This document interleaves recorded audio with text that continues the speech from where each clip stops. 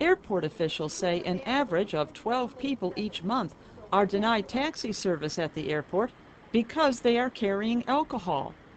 About 3/4 of the 900 airport taxi drivers are from the East African country of Somalia, and they are mostly Muslim. Somali cab driver Mohammed said he will not take passengers with alcohol. It is against of my religion, and I don't think that I can carry somebody who has an alcohol. Islam prohibits drinking alcohol, but it is debatable whether the religion forbids anyone from carrying alcohol.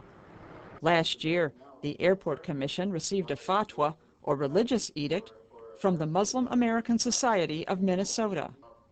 The group said Islamic law prohibits taxi drivers from taking passengers with alcohol because it involves cooperating in sin. But spokesman Hesham Hussein says Muslim scholars have different interpretations.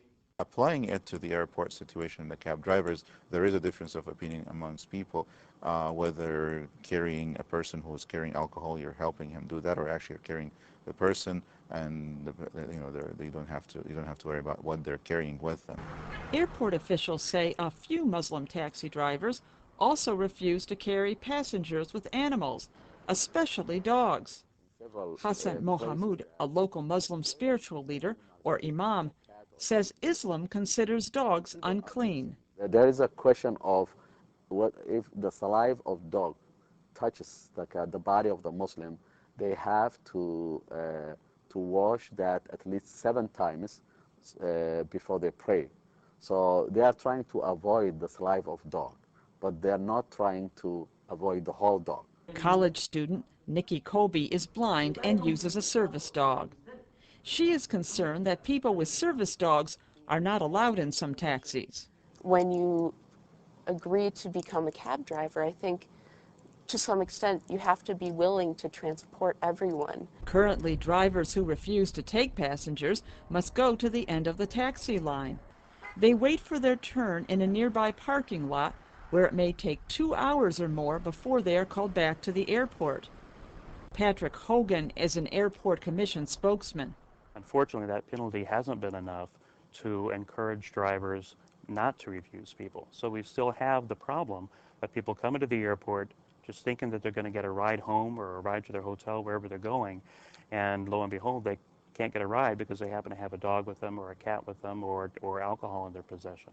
If the new regulations are passed, drivers who refuse passengers the first time will have their airport taxi license suspended for 30 days. The next time, they lose their license for 2 years. Somali taxi driver Musa Mohammed thinks the penalties are too harsh. It's wrong if they suspended the license for somebody because of his faith or religion. It's absolutely wrong. But cab driver Rick Heil sees things differently. And I think that, really, even though it may fall against somebody's religious beliefs, really the benefit should go to the person who needs the service. Ethiopian driver Kadis Gemtow is not Muslim. She says the Muslim cab drivers knew what they were getting into when they took the job. They have to decide to work here or to leave the place and to find another job. On April 15th, the Airport Commission expects to make a decision on whether to impose the new regulations, which would begin in mid-May. If that happens, hundreds of drivers may decide to leave or possibly lose their jobs. Deborah Block, VOA News, Minneapolis.